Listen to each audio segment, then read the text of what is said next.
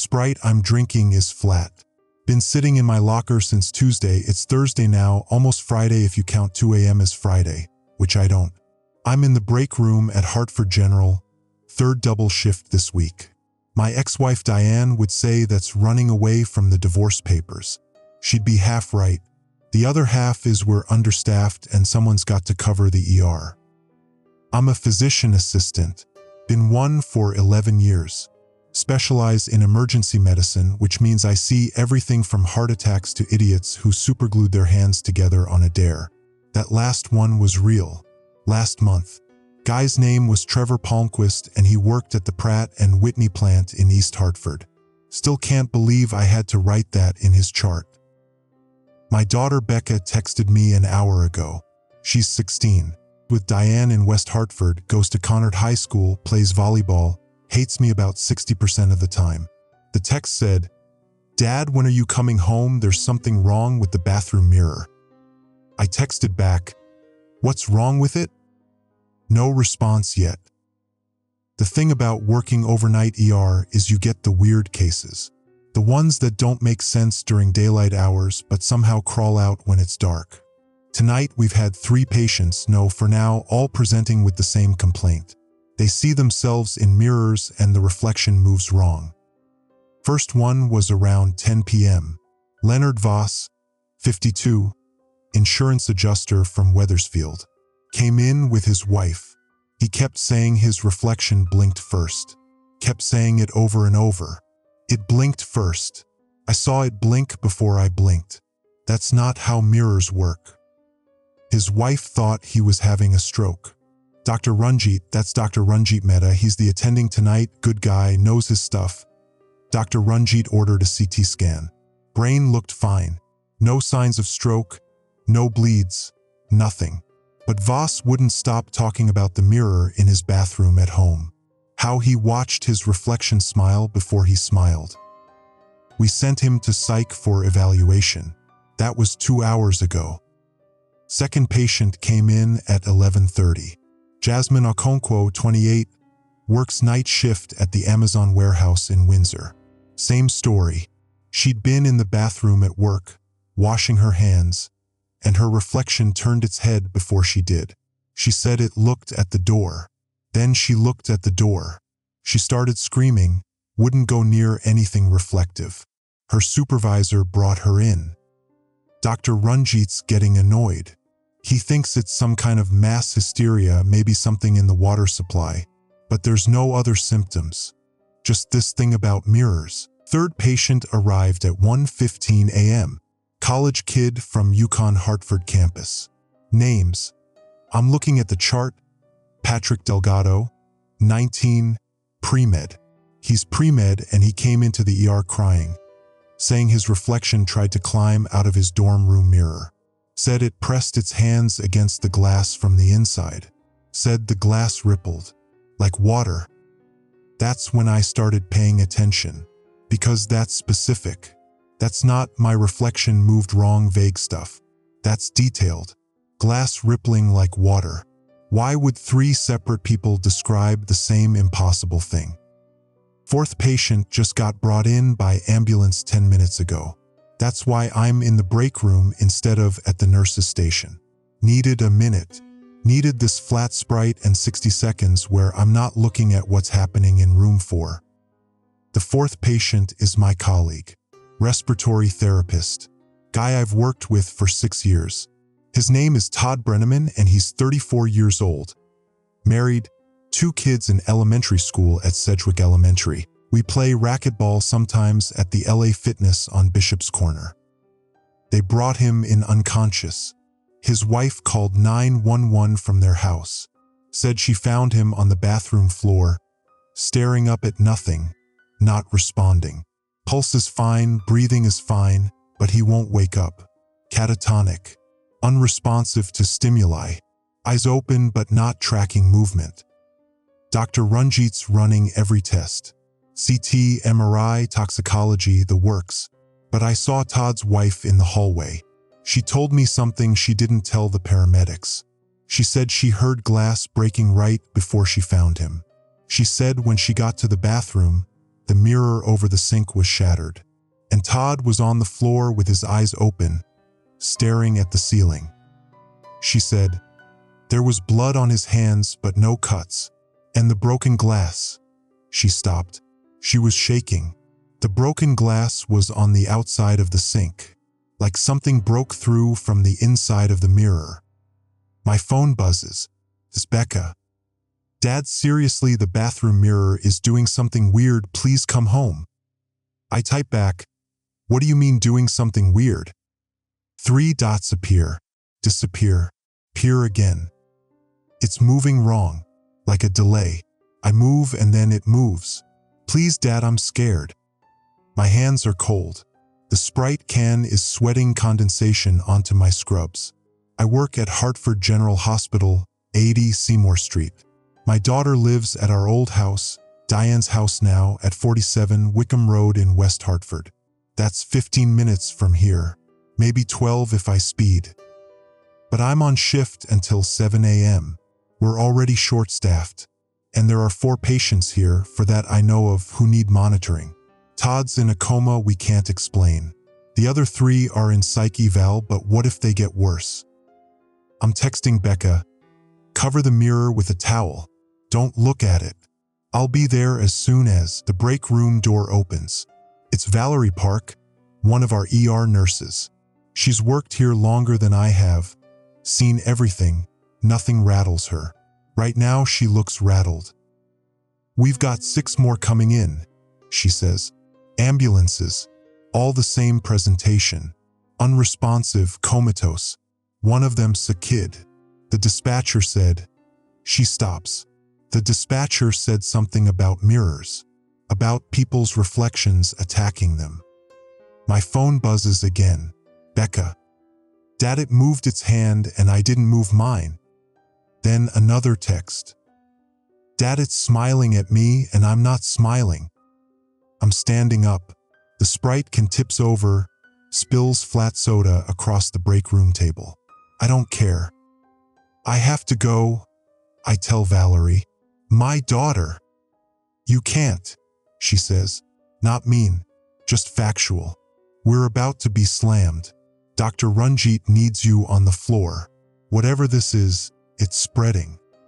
My phone, "Dad, please." I took an oath. I have responsibilities here. But Becca's 16 years old and she's alone in that house.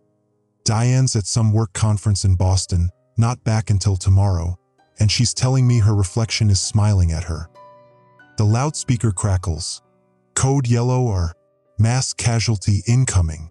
All available personnel to ER." Code yellow. That's multiple patients, serious condition. Valerie's already gone, running back to the ER. I'm still standing here with my phone in my hand, reading Becca's texts. "Dad, it knocked on the glass. From the inside. Dad, I can hear it. 15 minutes to West Hartford. 12 if I speed." I'm looking at the break room clock, 2:17 a.m., and I'm thinking about Todd Brenneman on the bathroom floor with his eyes open and empty. I'm thinking about the glass on the outside of the sink. I'm thinking about how Becca said she can hear it. My daughter is at 47 Wickham Road, West Hartford, in the upstairs bathroom. The one with the big mirror over the double sink, the one we installed when she was 8 because Diane wanted the master bath renovated. That mirror is 6 feet wide, 4 feet tall, custom-made, cost us $800 at the Glass and Mirror Shop on New Britain Avenue. I'm running. Not to the ER, to the parking lot. I'm a PA and we're about to be swamped and I'm abandoning my post. But Becca's texting, "Dad, please, please, please." And that's my daughter. That's my kid. They can fire me tomorrow. They can take my license. I don't care. My Honda Civic is on level 2 of the garage. I'm taking the stairs 2 at a time. My badge is still clipped to my scrubs. I'll probably get written up for leaving. Probably worse than written up. I hit the parking garage and I'm fumbling for my keys and my phone buzzes again. The text from Becca is just one word. "Dad." Then nothing. I'm calling her. It rings, rings. Goes to voicemail. I'm calling again while I'm unlocking the car. Voicemail again. I'm getting in. Starting the engine. My hands are shaking so bad I almost dropped the keys. The dashboard clock says 2:19 a.m. Hartford General is at 80 Seymour Street. Becca is at 47 Wickham Road. 15 minutes. 12 if I break every speed limit. I'm pulling out of the garage when I see it in my rearview mirror. My own reflection. Looking at me. Before I look at it. It's smiling. And I'm not. I'm not looking at the rearview mirror. I ripped it off. Just grabbed it and yanked until the mounting bracket broke. It's on the passenger seat now, face down. My side mirrors, I angled them both down at the pavement before I left the parking garage. Can't see anything but asphalt. Farmington Avenue is empty at 2:23 a.m. I'm doing 60 in a 35. Every red light I blow through, I'm expecting sirens, but there's nothing. The streets are dead. Wrong word. Bad word. The streets are empty. My phone's in the cup holder. I keep glancing at it. No new texts from Becca. I called her 4 more times. Voicemail every time. I'm trying not to think about Todd Brenneman's empty eyes. Traffic light ahead turning red. I'm not stopping. Through the intersection, nobody there, and I'm passing the Whole Foods on Farmington, the one where Diane does her shopping because she says the produce is better. The storefront windows are dark, but I can see inside. Someone's standing in there. No, 2 people. Just standing in the middle of the store, facing each other. Perfectly still. I look away, focus on the road.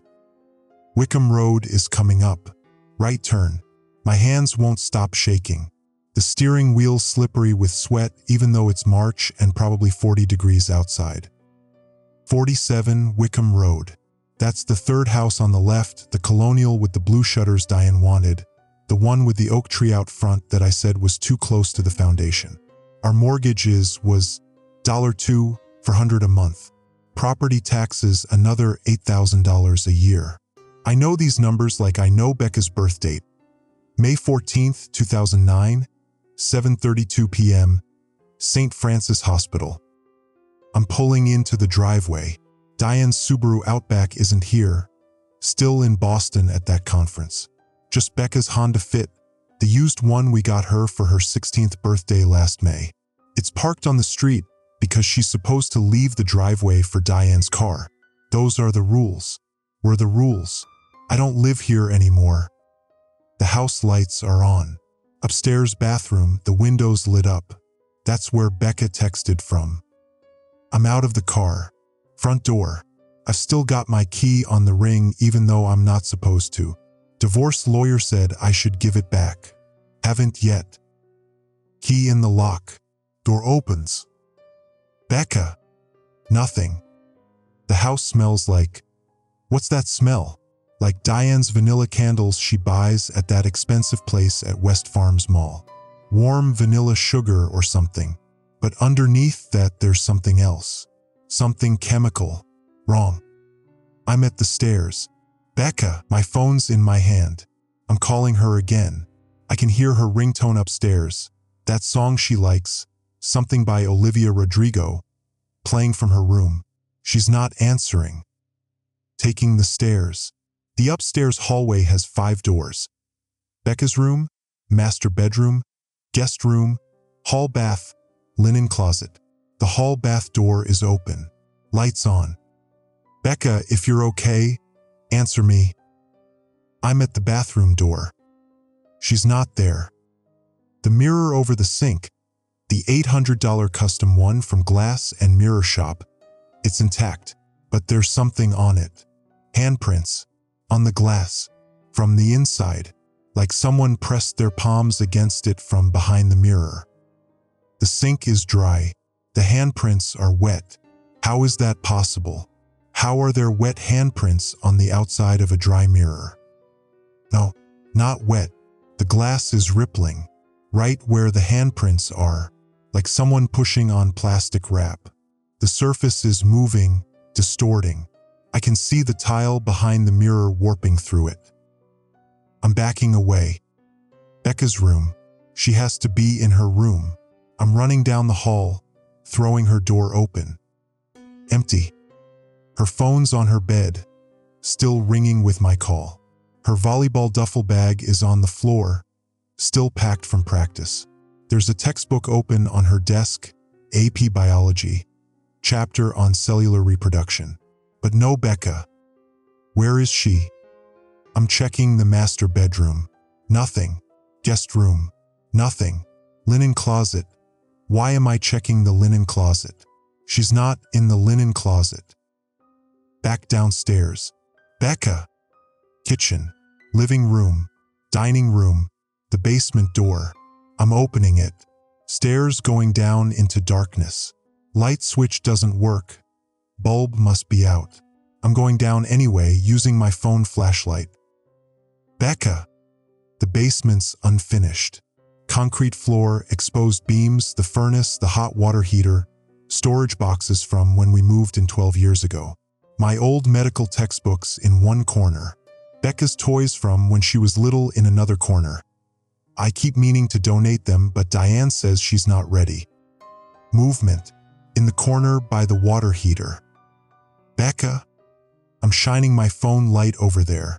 There's someone standing in the corner, facing the wall. Long hair. Becca's height. Becca, Jesus Christ, you scared me. Are you okay?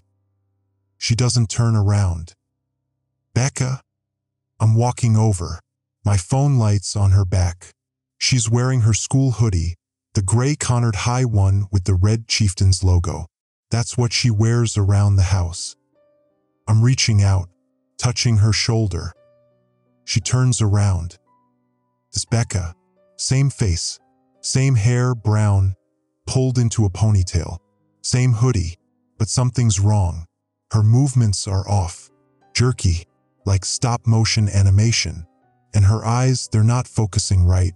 Pupils dilated, not responding to the light from my phone. Neurological symptoms. Becca, she smiles. I didn't tell her to smile. She just does it. And it's wrong. Too wide. The muscles in her face contracting all at once instead of naturally. Becca has a crooked front tooth. She chipped it in 7th grade during a volleyball game. Never got it fixed because she said it made her distinctive. The smile shows perfect teeth. Not her teeth. Dad, she says, but the inflection is off. Monotone, like text-to-speech. What happened? Are you okay? I got your texts. I'm fine, she says. Still flat, still wrong. Everything's fine. No, it's not. This isn't Becca. Becca talks too fast when she's nervous. She fidgets. She never makes eye contact this long. She looks away when she's talking, always has. This thing is staring right at me without blinking. Unnatural, like someone with severe brain damage, or someone pretending to be human and doing it badly. I'm backing up. Where's Becca? Where's my daughter? I'm right here, it says, in Becca's voice but wrong. My phone buzzes. I almost drop it. Text message from Becca's number, but her phone is upstairs on her bed. The text says, Dad, help me, I'm still in the mirror, I'm in the bathroom mirror, please. I'm looking at the thing that looks like Becca. Still smiling. You're not her, I say. You're sick, infected. Something's wrong with you. Yes, I am, it says. No emotion, mechanical response. Another text. Dad, it came out, it took my place. Please, I'm stuck, I'm in the glass, please help me. I'm running up the basement stairs. The thing that looks like Becca isn't following. I slam the basement door, lock it. My hands won't work right. The deadbolt takes 3 tries. Back upstairs. Bathroom. The mirror. I'm standing in front of it, looking at my reflection. Except my reflection is standing slightly to the left of where I'm standing. And it's looking at me, not with me, at me. And behind my reflection in the mirror, there's Becca. She's screaming. I can't hear her, but I can see her mouth open, hands pressed against the glass from inside. She's behind the mirror, me, trapped in there, and she's screaming. Becca! I'm hitting the mirror, punching it. The glass won't break. It ripples under my fists like I'm hitting water. My reflection doesn't flinch. It just keeps looking at me, and Becca's still screaming in there, behind it. My phone rings. Not a text, an actual call, from Hartford General. I answer. It's Dr. Ranjit. Where the hell are you? He says. We've got 40 patients now, all comatose, all the same presentation, and we just got a call from the CDC. They're saying this is spreading through eye contact with reflective surfaces. They're calling it an infection, some kind of neurological pathogen transmitted visually. They're shutting down Hartford. There's a crash on his end. Glass breaking. Someone screaming. Ranjit? Dr. Ranjit. The line goes dead. I'm still looking at the mirror, at Becca trapped inside, at my reflection watching me with the same neurological symptoms. Dilated pupils, wrong movements, unnatural stillness. The thing from the basement, the thing that looks like Becca, it's unlocked the door somehow. I can hear footsteps on the stairs. Behind me, in the mirror, my reflection is smiling. And I'm not. I ran. That's what I did. When the Becca copy started coming up from the basement, when Dr. Ranjit's call cut off with that crash and screaming, I ran. Back upstairs. To the bathroom. To where real Becca is trapped in the mirror. Because if that copy gets to the mirror first, if it pushes her deeper like it was trying to before, I don't know what happens. Maybe she fades faster. Maybe she disappears. So I'm in the bathroom with the door locked. Flimsy lock, the kind you can pop with a butter knife. I know because I had to do that when Becca was 6 and locked herself in here crying. That was 8 years ago. Wait, no, 10 years. She's 16 now. Math isn't working right in my head. The thing that looks like Becca is at the top of the stairs now. I can hear it, her, whatever it is, walking down the hallway. Footsteps too even, too measured. Becca stomps. Always has. Diane used to yell at her about it. You're not a horse, you're a teenage girl. This thing walks like it's never walked before, like it's learning. The mirror. Becca's still in there, trapped behind my reflection. She's hitting the glass. I can see it rippling where her fists connect, but no sound, like watching TV on mute. My reflection is just standing there, staring at me, and here's the thing that's making my stomach hurt. It's breathing wrong. I breathe in, my reflection breathes out, off sync, like a video with bad lag. Dad, the thing in the hallway says, Becca's voice. Dad, open the door. I'm scared. Why did you lock me out? Footsteps. It's right outside the bathroom door. Please, Dad. It's me. I'm okay now. Whatever happened before, I'm fine. Just let me in. Inside the mirror, real Becca is screaming something. I'm reading her lips. Don't let it in, don't let it in, don't. The doorknob rattles. Dad, I'm cold. Please. My phone rings. Hartford General again. Different number. I answer. This is Valerie, the nurse. She sounds out of breath. Are you still at your daughter's house? Yes. Valerie. Listen, something came out of the mirror and it's infected. It's moving wrong, talking wrong. I know. We know. We've got 90 patients now. They keep coming in. But here's the thing. She pauses. Glass breaking in the background. Someone shouting. The ones who are awake. The ones who came out of mirrors. They're spreading it. They make eye contact with people and the people go catatonic. Then their reflections come out infected. It's exponential. CDC knows? I'm asking, but I already know the answer from Dr. Ranjit's call. CDC's here.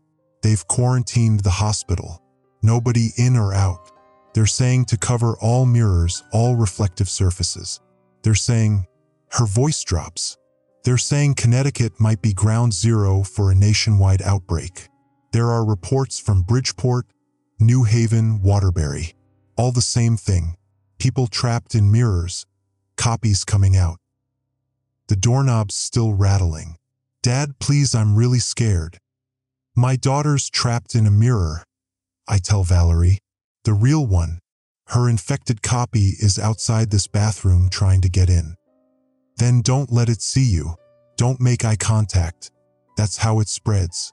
The infected ones, they look at people and the people go into the mirror. Swap places. We think... She stops.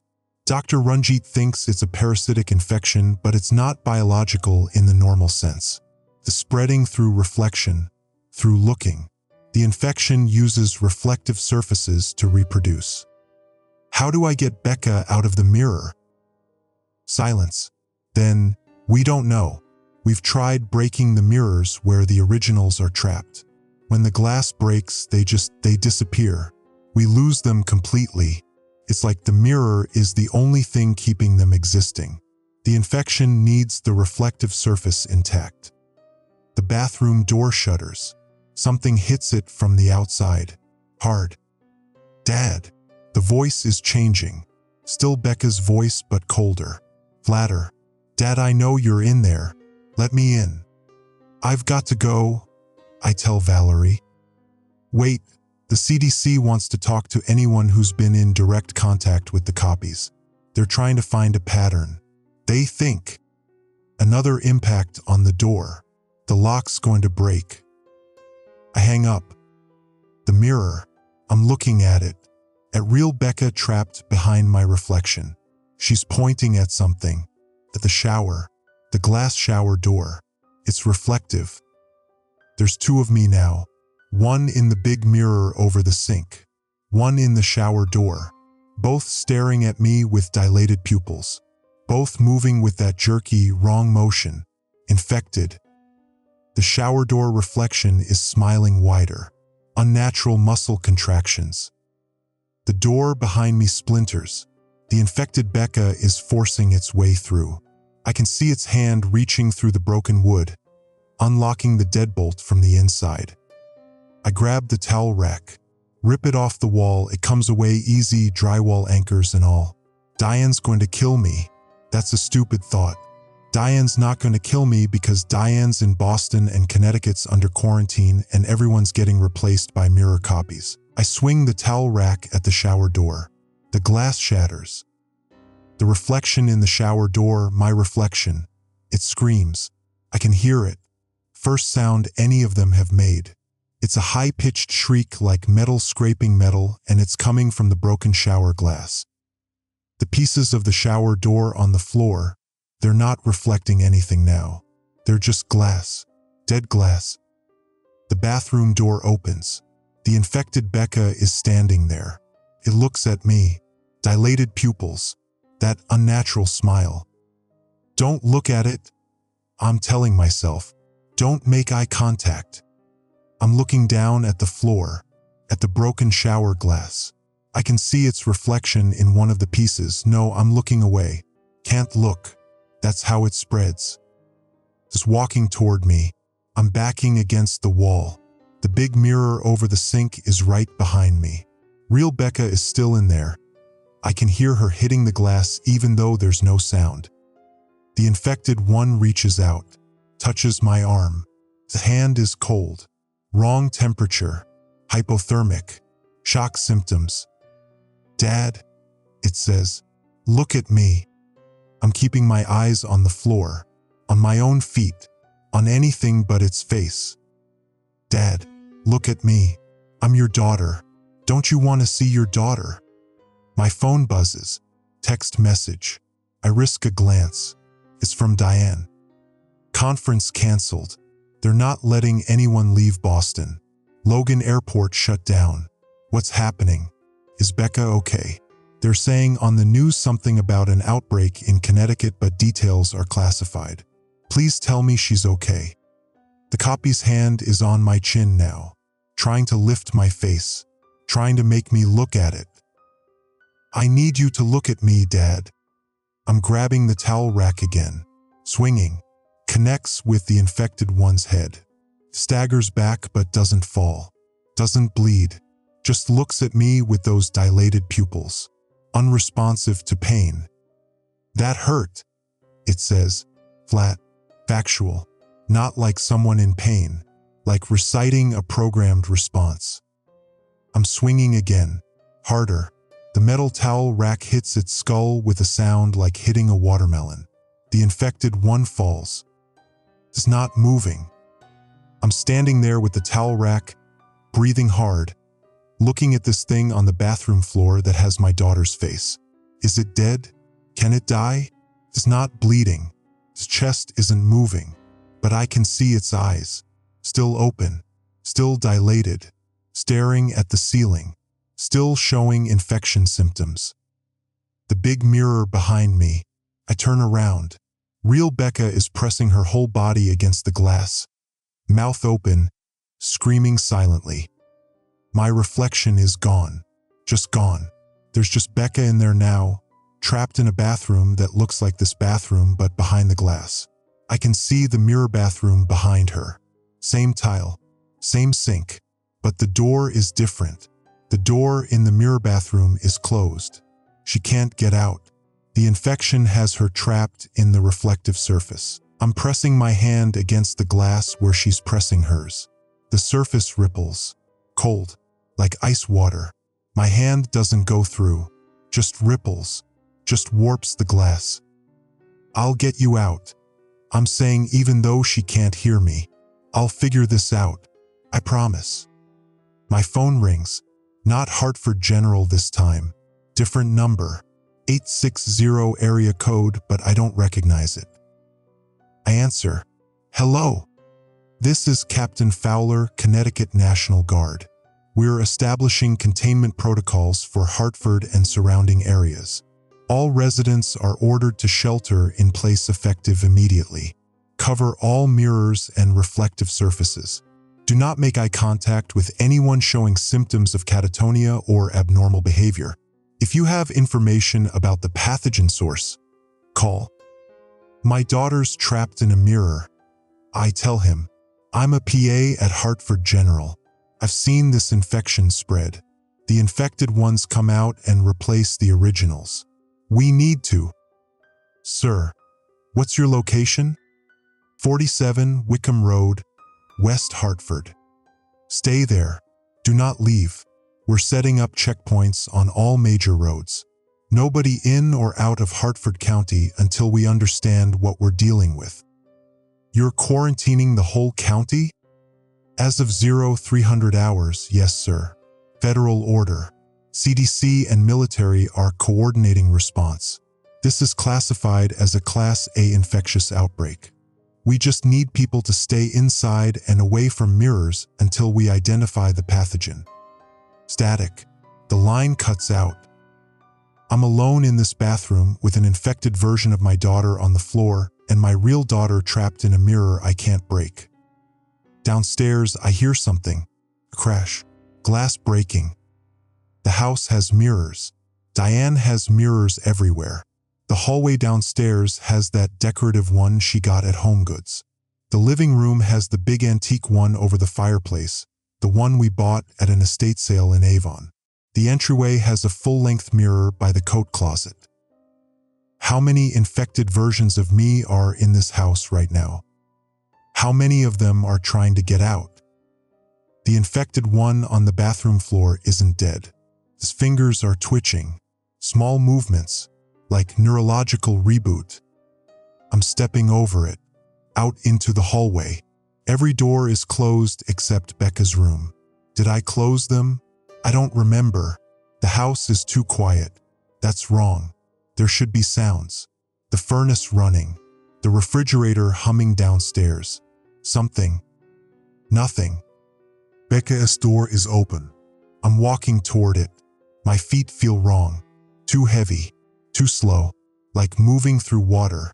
The hallway's only 12 feet long, but it's taking forever. Inside Becca's room, her phone is still on the bed where I saw it before. Still showing my missed calls. But there's someone sitting at her desk now. Facing away from me. looking at her computer screen. No, not her computer screen. Her computer screen is dark. They're looking at the black screen, at their reflection in it. Becca, my voice sounds wrong, too loud in the quiet house. The person at the desk turns around. It's me. I'm looking at myself. Same scrubs from Hartford General. Same build, 6'1", 190 pounds, need to lose 15. Same receding hairline Diane used to joke about. Same everything. Except the movements are jerky, stop motion, and the pupils fully dilated. Infection symptoms. You shouldn't have hit her, it says. My voice, my inflection, but mechanical. That was your daughter. That wasn't my daughter. That was infected. Like you. It stands up. We're the same height, so we're eye level, and I'm remembering what Valerie said. Don't make eye contact, that's how it spreads, and I'm looking away, looking at the floor. Look at me, it says. Look at me and we can fix this. We can get Becca back. I know how. I'm backing into the hallway. It's following. The mirror downstairs, it says. The antique one over the fireplace. That's the first one. That's where it started. Break that mirror and everyone comes back. Everyone swaps back. You're Becca. Everyone at Hartford General. Everyone in Connecticut. Just break that mirror. You're lying. I'm you. Why would I lie to you? Good question. I don't have an answer. I'm still backing away toward the stairs. Still following. Same gait as me. Same posture. Same way I favor my left knee that I tweaked playing racquetball with Todd Brenneman 3 weeks ago. Todd, who's in a coma at Hartford General with 90 other people. Maybe more now. How do I know you're telling the truth? You don't, it says.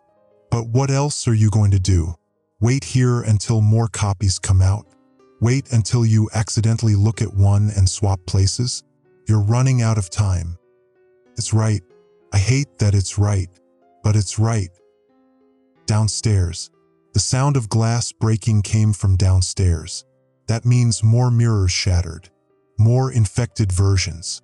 The house has, I'm counting in my head, the decorative hallway mirror, the living room antique, the entryway full length, the dining room hutch has glass doors that might be reflective enough. For more mirrors. Maybe more I'm forgetting. My phone buzzes. Text from Diane. They're evacuating Boston. Something's happening here too. People in the hotel are acting strange.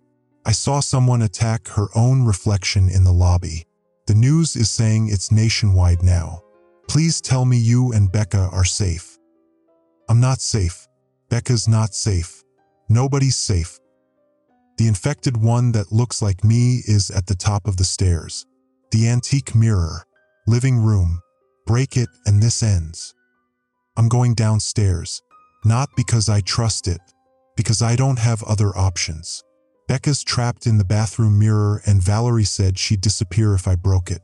So I can't break that one. But maybe the antique, maybe that's different.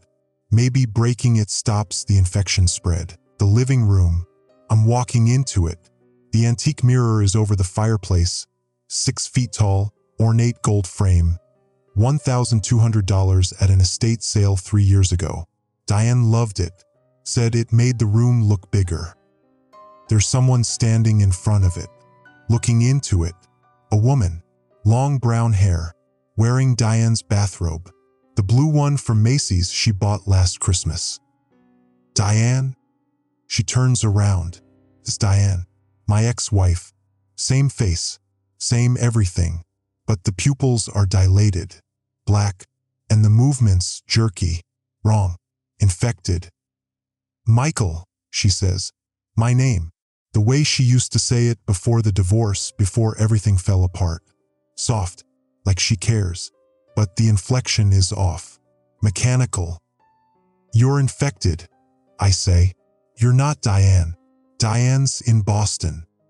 I came back early, she says. Flat. Wrong tone. I heard about what's happening. I needed to make sure Becca was okay. Where is she? Trapped in a mirror. upstairs. She looks concerned. Perfect concerned expression. Furrowed brow. Slight frown. Exactly how Diane looks when she's worried. But the pupils stay dilated. The infection symptoms don't change. "We need to get her out," she says. I know. I'm looking at the infected one at the top of the stairs that looks like me. It's watching. Something told me to break this mirror. The antique said it would stop the infection. "Then break it," the infected Diane says. I'm picking up the poker from the fireplace tools. Cast iron. Heavy. Good for breaking things. I'm raising it. Looking at the mirror. My reflection is looking back at me. And behind my reflection in the mirror world, there are more reflections. Dozens of them. Hundreds maybe. All standing there. All watching. All with dilated pupils. All infected. They're all waiting for me to break the glass. "This is wrong," I'm saying. "This is, if I break this, they all come out. All infected." "No," the infected me says from the stairs. "They all go back. Infection reverses." "You're lying. I can see them. They're all waiting. They want me to break it so they can." The infected Diane rushes me. Fast. Faster than Diane could move. Is grabbing the poker, trying to take it from me. We're fighting over it and I can see its face up close now. Can see the skin. It looks like skin, but it's cold. Hypothermic. Shock symptoms from the infection. I'm pulling the poker away. The infected Diane falls backward. Hits the coffee table. The glass top cracks. In the crack, I see another reflection. Another me. Smaller. Distorted. Dilated pupils. It's moving wrong. Trying to push through the cracked glass. "Don't look at it!" the infected me shouts from the stairs. I'm looking away, but there are reflections everywhere now. The TV screen is dark. I can see myself in it. Dilated pupils staring back. The windows, it's still dark outside. 3 a.m. maybe, the windows are reflecting the room. Me, the infected ones. Everything. How many of me are there now? How many infected versions watching, waiting, trying to make eye contact so the infection can spread? Upstairs. A scream. Real scream. Sound. That's new. I'm running. Back upstairs. The bathroom. The door is open. The infected Becca I hit with the towel rack. It's standing in front of the big mirror. It's pressing against the glass. Pushing. The glass is rippling. And on the other side, real Becca is being pushed backward. Away from the surface. Deeper into the mirror. "Becca!" She sees me. She's mouthing words. "Dad, help me, please, Dad." The infected one is still pushing. The glass is thinning. The barrier between this world and the mirror world is breaking down. Not shattering, just dissolving, like ice melting. "Stop!" I'm hitting the infected one with the fireplace poker. It doesn't stop. It doesn't even flinch. Unresponsive to pain. Just keeps pushing. Real Becca is getting fainter. I can see through her now, like she's becoming less real. Like the mirror is absorbing her. The infection spreading through the glass barrier. The infected one turns its head. Looks at me. Dilated pupils. She's mine now. This is my world. She stays in there. I stay here. That's how the infection works. Like hell. I'm swinging the poker. Full force. Aiming for the mirror. If I break it, Valerie said the trapped ones disappear when the mirror breaks. But if I don't break it, Becca fades away anyway. She's almost transparent now. The infection is consuming her. The infected one grabs my arm. Strong. Too strong. Enhanced strength from the pathogen. It's pulling me toward the mirror. "Look," it says. "Look in the mirror. See yourself. See where you belong." I'm fighting it. We're both in front of the mirror now. I can see us. Me and the infected one. Except in the reflection, we've swapped places. In the mirror, the infected version is real and I'm the one with dilated pupils. That's what it wants. It wants me to look, to recognize the reflection as myself, to let the infection transfer. Becca's barely visible now, a ghost in the glass, fading, the infection taking her. I have to choose. Break the mirror, Becca disappears. Gone forever. Valerie said so. The trapped ones vanish when the glass breaks. Don't break the mirror. Becca fades away anyway. Absorbed into the mirror world. Consumed by the infection. Ceases to exist. Or I look. I make eye contact with my own reflection. I let the infection transfer. I go into the mirror and my infected version comes out. And maybe if I'm in there, I can push Becca back out. Maybe I can save her from the inside. But then I'm the one trapped. I'm the one fading away. And the infected version of me is out here, living my life, pretending to be me, spreading the pathogen. And nobody would know. Nobody could tell the difference. The infected one's hand is on my face, forcing me to look at the mirror, at my reflection. 3 seconds until eye contact. 2 seconds. Dad, don't. Becca's voice, faint, distant, from inside the mirror. Dad, please don't look. 1 second. I make the choice. I swing the poker, not at the copy, at the mirror, full strength, every muscle. The poker hits the glass. The mirror shatters. The sound is wrong. It's not the crash of breaking glass. It's worse. The screaming. Hundreds of voices screaming at once. All my voice. All Becca's voice. All the trapped people from Hartford General and West Hartford and all of Connecticut. All the originals trapped in mirrors. All screaming as their glass breaks and the infection. I'm watching Becca disappear. Not fade. Not absorb. Just gone. 1 second she's there, transparent and fading. Next second, nothing. Empty space where she was. The broken mirror shows nothing but broken mirror. No bathroom behind it. No mirror world. Just shattered glass reflecting broken fragments of this bathroom. This real bathroom. The only bathroom. The infected Becca, the solid one, the one I hit, it's screaming too. Real screaming.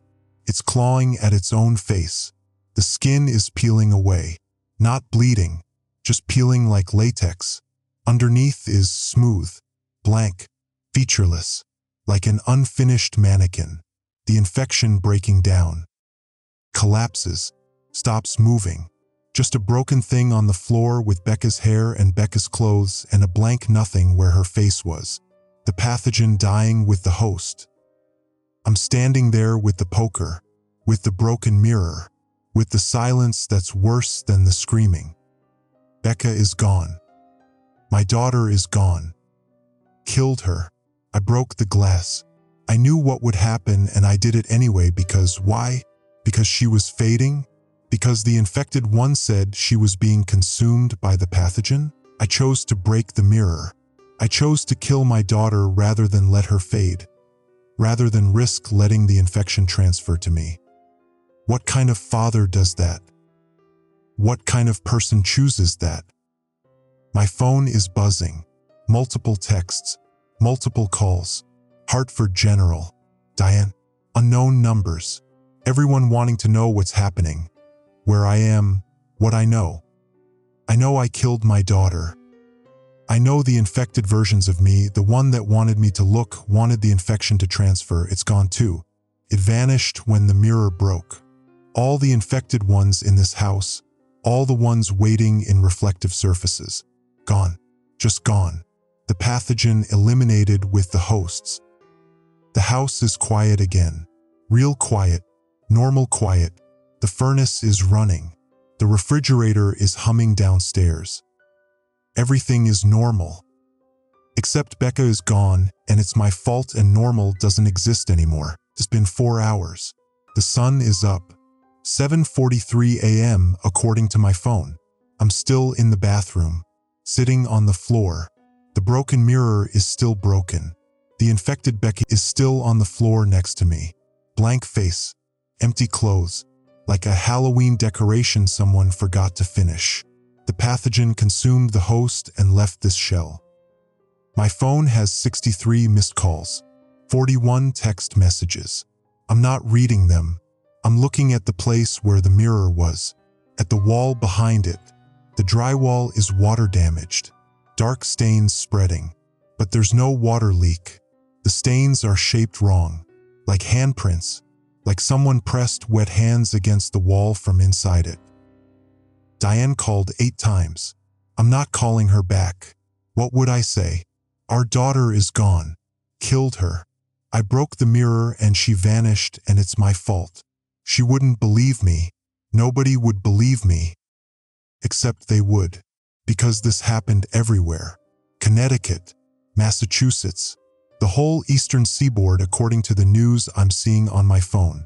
Tens of thousands of people trapped in mirrors when the infected ones came out. Tens of thousands of infected people walking around spreading the pathogen. Broke mirrors. Trying to save the trapped ones. Trying to kill the infected. The news is calling it the mirror crisis. They're saying approximately 40% of the eastern seaboard population is gone. Just gone. Vanished when the mirrors broke. The infected ones vanished too. Dissolved. Turned into blank things. The pathogen eliminated its hosts.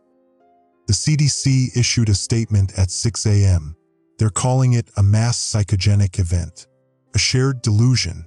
They're saying there was no infection. Just people having psychotic breaks, attacking each other, breaking mirrors. They're saying the missing people, the 40% who vanished, they're still looking for them. They're saying families shouldn't give up hope. They're lying. They know what happened. They know the infected ones were real. They know the trapped people are gone. But they can't say that. Can't admit that. Because how do you explain that to the world? How do you tell people that some kind of visual transmission pathogen broke reality and we don't know why? I understand lying to patients. Sometimes you lie because the truth is worse than the uncertainty. Sometimes you lie because people need hope more than they need facts. But I don't have hope. Becca is gone. I watched her vanish. I swung the poker. I made the choice. Hartford General called an hour ago. Automated message. They're suspending all staff pending investigation into the events of March 23rd. That's today. March 23rd, 2025. The day the mirrors came alive. The day I killed my daughter. I'm not suspended. I'm fired. They don't need to say it. I abandoned my post. I left during a mass casualty event. I broke every protocol. Even without the mirror situation, I'm done. Todd Brenneman is gone too. His wife posted on Facebook. I saw it. She's saying Todd is missing. She's asking if anyone's seen him. She doesn't know. She doesn't understand that Todd's trapped in a mirror someone broke or Todd vanished or the thing that walked around with his face was infected and spreading the pathogen. I don't know anymore. I don't know which version is true. The thing is, and this is the part that won't stop repeating in my head, I don't know if I made the right choice. Break the mirror, Becca vanishes. Don't break the mirror. Becca fades into nothing consumed by the infection. Let the pathogen transfer to me. Becca maybe comes back, but I'm trapped instead and infected. I picked option 1. I broke the mirror. Killed her. But was she already dead? Was the Becca in the mirror actually Becca? Or was it always just a reflection being consumed by whatever pathogen this was, and the real Becca died the moment the infection created the duplicate? Maybe I didn't kill her. Maybe she was already gone and I just destroyed what was left. Or maybe, and this is worse, maybe if I'd waited, maybe if I'd let the infection transfer, maybe I could have pushed her back out from the inside. Maybe I could have saved her. But I didn't try. I just broke the glass. I chose destruction over risk. That's what I do. That's what I've always done. Divorce papers? Didn't fight them. Just signed. Becca wanting to talk about the divorce? Changed the subject. Worked double shifts instead of dealing with anything. And when my daughter was trapped in a mirror, literally trapped and fading and begging me to help, I destroyed the one thing keeping her existing rather than risk the infection spreading to me. I'm looking at my hands, the ones that swung the poker, that broke the glass, that killed Becca. They're shaking, been shaking for 4 hours, won't stop. Diane is going to come home. The quarantine is lifted now. CDC says it's safe. Everyone can move around freely. Boston to Hartford is 2 hours by car. She'll be here by noon, maybe sooner. She'll walk into this house and ask where Becca is, and I'll have to tell her. I'll have to tell her our daughter is gone, that I broke the mirror, that I made the choice. And she'll hate me. She already does, kind of.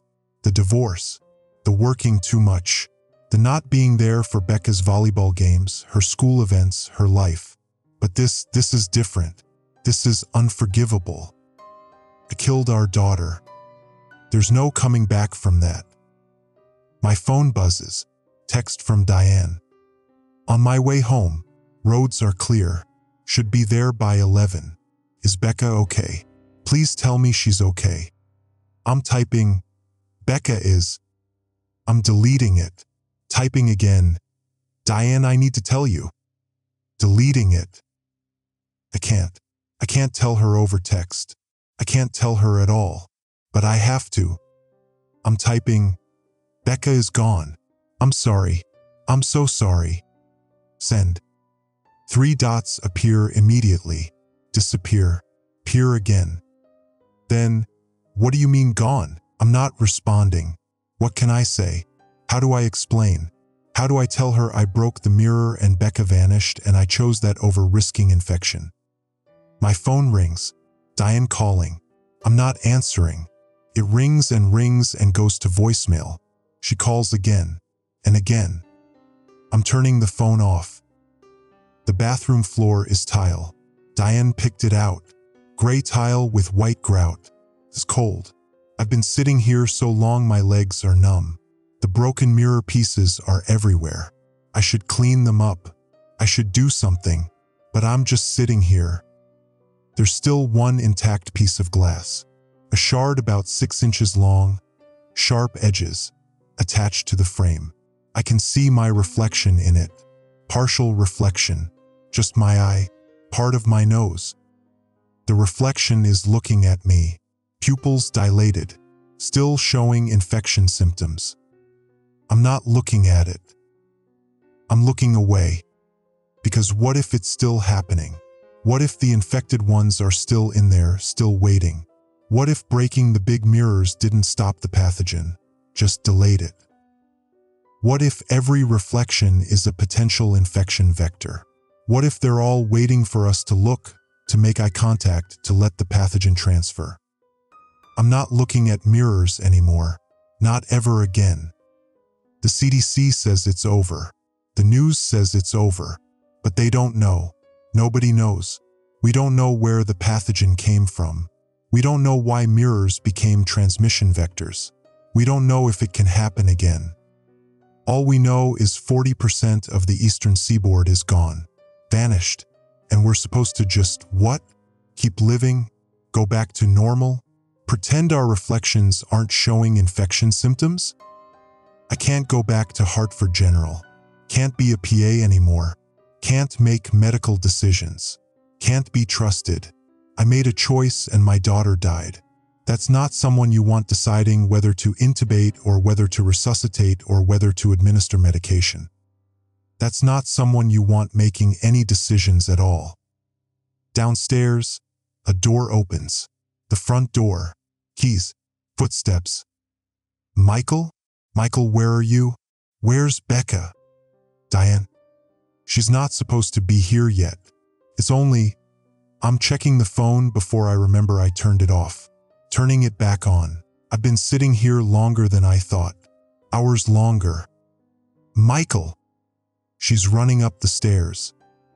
I'm still on the bathroom floor. Still sitting next to the broken mirror. Next to the thing that used to look like Becca before the pathogen consumed it. Diane appears in the doorway. She sees me. sees the broken mirror, sees the blank-faced infected remains on the floor. What? She stops. What is that? What happened? Where's Becca? I'm looking at her, at my ex-wife, at the woman I was married to for 18 years, mother of my daughter, and I'm thinking, does she show infection symptoms? Dilated pupils? Wrong movements? Hypothermia? How would I know? How would anyone know? If you break the mirror, the original and the infected version both vanish. So anyone walking around right now, anyone who was near a mirror on March 23rd, they could be infected. They could be a pathogen host that came out and replaced someone real. The real ones are gone, trapped in mirrors that got broken, vanished into nothing. And the infected ones might still be here, walking around, spreading the pathogen, living the lives of people who don't exist anymore. Michael, where is Becca? Diane asks again. Gone, I say. She's gone. The mirror, I broke the mirror. She was inside and I broke it and she vanished. The infection took her. Diane's staring at me. What are you talking about? Inside the mirror? Michael, you're not making sense. You weren't here. You didn't see. The infected ones came out. They replaced people. Becca got trapped inside and the infected version came out and I broke the mirror to stop the spread and she vanished. Michael, you need help. You need to. She's pulling out her phone. I'm calling 911. They know. Everyone knows. It's on the news. The mirror crisis. 40% of the eastern seaboard is gone. The pathogen spread through reflections. The news is saying it was mass hysteria. People having psychotic breaks. Michael, did you hurt Becca? Did you hurt our daughter? She thinks I killed her. Really killed her. Not mirror vanished her. Actually murdered her. And maybe I did. Maybe there's no difference. I broke the mirror. I say again. That's all. I just broke the mirror to stop the infection. Diane's crying now, backing away. Phone to her ear. Yes, 911? I need help. My ex-husband, he's saying our daughter is gone. He's talking about mirrors and infection. There's something on the floor, it looks like. I don't know what it looks like. Please send someone. She thinks I'm crazy. She thinks I killed Becca and now I'm having a breakdown talking about pathogens and infected duplicates. Maybe I am. Maybe Becca was never in the mirror. Maybe I imagined it. Maybe the whole thing, the infected ones, the swapping, the reflections coming alive. Maybe it was all delusion. Mass psychosis like the CDC says. But I can still see it. I can still see Becca trapped in the glass. Her hands pressed against it. Her mouth open in a silent scream. Her fading away as the infected version pushed her deeper. The pathogen consuming her. That was real. Wasn't it?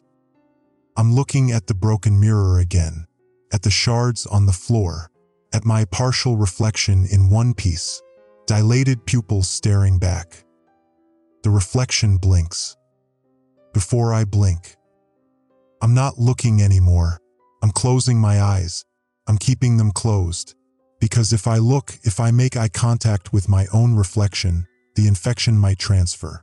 I'll go into the mirror. I'll join Becca wherever she is, if she's anywhere. And maybe that's what I deserve. Maybe that's where I belong. But I'm not looking. I'm keeping my eyes closed. I'm staying here, in this world, this real world, where my daughter is gone and it's my fault and there's no fixing it, where the pathogen might still be spreading, where infected versions might still be walking around. No going back. Just me and the choice I made and the broken glass and the endless repeating thought. I killed my daughter. I killed my daughter. I killed my daughter. That's all that's left.